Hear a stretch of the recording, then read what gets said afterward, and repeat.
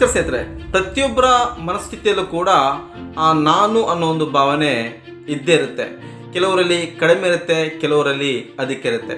ಅದನ್ನು ಯಾವ ರೀತಿ ನಾವು ಹೊರಗಾಗ್ತೀವಿ ಅಂದಾಗ, ಯಾರಾದರೂ ಒಬ್ಬರು ನಮಗೆ ಯಾವುದಾದ್ರೂ ಒಂದು ಸಲಹೆಯನ್ನು ಹೇಳೋಕ್ಕೆ ಬಂದಾಗ ನಮ್ಮ ಮನಸ್ಸಲ್ಲಿ ಏನಾಗುತ್ತೆ ಅಂದರೆ, ಅವನೇನು ನನಗೆ ಹೇಳೋದು, ನನಗಿಂತ ಅವನು ಬುದ್ಧಿವಂತನ, ಇಲ್ಲ ನನಗಿಂತ ದೊಡ್ಡವನ, ನನಗಿಂತ ತುಂಬ ಕಲ್ತಿದ್ದಾನ, ಈ ರೀತಿ ಅನೇಕ ರೀತಿಯಾದಂಥ ಯೋಚನೆಗಳು ನಮ್ಮಲ್ಲಿ ಬಂದು ಅವರು ಕೆಲವು ಸಲಹೆಗಳನ್ನು ಹೇಳುವಾಗ ಅದನ್ನು ನಾವು ಕೇಳದೇ ಇರುವ ಮನಸ್ಥಿತಿಗೆ ತಲುಪಿಡ್ತೇವೆ. ಒಂದು ವೇಳೆ ಕೇಳಿದ್ರು ಕೂಡ ಆ ಕೇಳುವಿಕೆಯಲ್ಲೂ ಕೂಡ ಒಂದು ನೆಗೆಟಿವಿಟಿಯನ್ನು ನಾವು ತೋರಿಸ್ತೇವೆ. ಇನ್ನು ಕೆಲವೊಬ್ಬರಿಗೆ ನೀನೇನು ನನಗೆ ಹೇಳೋದು, ನೀನು ಹೇಳಿ ನಾನು ಕೇಳುವಂಥದ್ದು ಏನಿಲ್ಲ, ನನಗೆಲ್ಲ ಗೊತ್ತು, ಈ ರೀತಿಯಾದಂಥ ಘಟನೆಗಳು ಕೂಡ ನಡೆಯೋದು ಇದ್ದೇ ಇದೆ. ಇವುಗಳೆಲ್ಲ ಯಾಕೆ ಈ ರೀತಿ ನಡೀತಂದ್ರೆ, ನಮ್ಮಲ್ಲಿರುವಂಥ ನಾನು ಅನ್ನೋ ಒಂದು ಅಹಂ ಇದನ್ನೆಲ್ಲ ಮಾಡಿಸುತ್ತೆ. ಆ ನಾನು ಅನ್ನೋ ಅಹಮನ್ನ ಕಿತ್ತು ಬಿಸಾಕಿದಾಗ ಅನೇಕ ಉಪಯೋಗಗಳು ಇದೆ ಸ್ನೇಹಿತರೆ.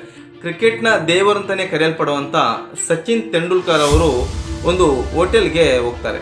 ಆ ಹೋಟೆಲಲ್ಲಿ ಕುಳಿತುಕೊಂಡಿರುವಾಗ ಆ ಹೋಟೆಲ್ನಲ್ಲಿ ಕೆಲಸ ಮಾಡುವಂಥ ಒಬ್ಬರು ಸಪ್ಲೈಯರ್ ಸಚಿನ್ ಅವರ ಹತ್ರ ಓಡೋಡಿ ಬರ್ತಾರೆ. ಆ ಸಪ್ಲೈಯರ್ ಓಡಿ ಬರೋದನ್ನು ನೋಡಿದಂಥ ಸಚಿನ್ ಅವರು ಯೋಚನೆ ಮಾಡ್ತಾರೆ, ಫೋಟೋ ತೆಗೆದುಕೊಳ್ಳೋಕ್ಕೆ ಬರ್ತಿರ್ಬೋದು, ಇಲ್ಲ ಆಟೋಗ್ರಾಫ್ ಕೇಳೋಕ್ಕೆ ಬರ್ತಿರ್ಬೋದು ಅಂತ ಯೋಚನೆ ಮಾಡ್ತಾರೆ. ಆ ಸಪ್ಲೈಯರ್ ಸಚಿನ್ ಅವರ ಹತ್ರ ಬಂದ ನಂತರ ನಿಂತು ನಮಸ್ತೆ ಅಂತ ಹೇಳಿದ್ದಾರೆ. ಸಚಿನ್ ಅವರು ಕೂಡ ನಮಸ್ತೆ ಅಂತ ಹೇಳಿದ್ದಾರೆ. ಆಗ ಸಚಿನ್ ಅವರ ಹತ್ರ ಒಂದು ಪರ್ಮಿಷನ್ನ ಕೇಳ್ತಾರೆ. ನೀವು ಬೇಸರ ಮಾಡಿಕೊಳ್ಳಿಲ್ಲ ಅಂದರೆ ನಿಮಗೆ ನಾನೊಂದು ಸಲಹೆಯನ್ನು ಕೊಡ್ಬೋದಾ ಅಂತ ಮೊದಲಿಗೆ ಕೇಳ್ತಾರೆ. ಆಗ ಸಚಿನ್ ಅವರು ತುಂಬ ಮುಗ್ಧ ಮನಸ್ಸಿನಿಂದ ಏನು ಬೇಸರಲ್ಲ, ಏನಂತ ಹೇಳಿ ಅಂತ ಹೇಳ್ತಾರೆ. ಹಾಗೆ ಹೇಳುವಾಗ ಆ ಸಪ್ಲೈಯರ್ ಒಂದು ಮಾತನ್ನು ಆಡ್ತಾರೆ. ನೀವು ಇತ್ತೀಚೆಗೆ ಕೆಲವು ಮ್ಯಾಚ್ಗಳಲ್ಲಿ ಸರಿಯಾಗಿ ಆಡದೆ ಬೇಗ ಔಟ್ ಆಗ್ತಿದ್ದೀರಾ. ಅದಕ್ಕೆ ಕಾರಣ ಏನಂದರೆ, ನೀವು ಆಗ್ತಿರುವಂಥ ಈ ಆರ್ಮ್ ಗಾರ್ಡ್ನ ಸೈಜು ತುಂಬ ದೊಡ್ಡದಾಗಿದೆ. ಅದರ ಸೈಜು ತುಂಬ ದೊಡ್ಡದಾಗಿದ್ದರಿಂದ ನಿಮಗೆ ಸರಿಯಾಗಿ ಆಟಾಡೋಕ್ಕೆ ಆಗ್ತಿಲ್ಲ. ಆ ಆರ್ಮ್ ಗಾರ್ಡನ್ನು ಬದಲಿಸಿ ಅನ್ನೋ ಸಲಹೆಯನ್ನು ಆ ಸಪ್ಲೈಯರ್ ಸಚಿನ್ ತೆಂಡೂಲ್ಕರ್ ಅವರಿಗೆ ಹೇಳಿದ್ದಾರೆ. ಆ ವ್ಯಕ್ತಿ ಆ ಸಲಹೆಯನ್ನು ಹೇಳಿದ ನಂತರ ಒಂದು ಸಲ ಸಚಿನ್ ತೆಂಡೂಲ್ಕರ್ ಅವ್ರಿಗೆ ಶಾಕ್ ಆಗುತ್ತೆ. ಸಚಿನ್ ಅವರು ಆ ಸಪ್ಲೈಯರ್ಗೆ ಹೇಳ್ತಾರೆ, ತುಂಬ ಉತ್ತಮವಾದಂಥ ಸಲಹೆಯನ್ನು ನೀಡಿದ್ದೀರಿ, ನಿಮ್ಮ ಈ ಸಲಹೆಗೆ ಧನ್ಯವಾದಗಳಂತ ಹೇಳಿ ಅವರಿಗೆ ಗೌರವವನ್ನು ಸಲ್ಲಿಸ್ತಾರೆ. ಅದರ ನಂತರ ಅವರ ಸ್ನೇಹಿತರ ಜೊತೆಗೆ ಅವರು ಮಾತಾಡ್ತಿರ್ಬೇಕಾದ್ರೆ ಈ ವಿಚಾರದ ಡಿಸ್ಕಷನ್ ಬರುತ್ತೆ.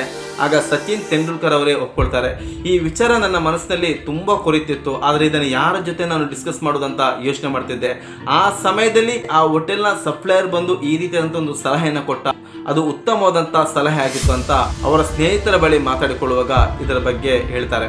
ನಂತರ ಆಡಿದಂಥ ಮ್ಯಾಚ್ಗಳಲ್ಲಿ ಆ ಆರ್ಮ್ ಗಾರ್ಡ್ಗಳನ್ನು ಬದಲಿಸಿ ಉತ್ತಮವಾದಂಥ ಆಟಗಳನ್ನು ಆಡ್ತಾರೆ. ಈ ವಿಚಾರದಿಂದ ಏನು ಕಲಿಯೋಕ್ಕೆ ಸಿಗುತ್ತೆ ಅಂದರೆ, ಯಾರಾದರೂ ಒಬ್ಬರು ನಮಗೆ ಒಂದು ಸಲಹೆಯನ್ನು ನೀಡ್ತಿದ್ದಾರೆ ಅಂದರೆ ಆ ಸಲಹೆಯನ್ನು ತಾಳ್ಮೆಯಿಂದ ಕೇಳುವಂಥ ಗುಣ ನಮ್ಮಲ್ಲಿರಬೇಕು. ಅದು ನಮಗೆ ಉಪಯೋಗಕ್ಕೆ ಬರುತ್ತೋ ಉಪಯೋಗಕ್ಕೆ ಬರಲ್ಲೋ ಅದು ನಂತರದ ಮಾತುಗಳು. ಮೊದಲು ಅವರು ನೀಡುವಂಥ ಪ್ರತಿಯೊಂದು ಸಲಹೆಯನ್ನು ತಾಳ್ಮೆಯಿಂದ ಕೇಳಿ ಅದರ ಬಗ್ಗೆ ಯೋಚನೆ ಮಾಡಿ ಅದು ನಮಗೆ ಬೇಕಾಯಿತು ಅಂದಾಗ ಅದನ್ನು ಉಪಯೋಗಿಸಿಕೊಳ್ಳೋದ್ರಲ್ಲಿ ಯಾವುದೇ ರೀತಿಯಂಥ ತಪ್ಪಿಲ್ಲ ಸ್ನೇಹಿತರೆ.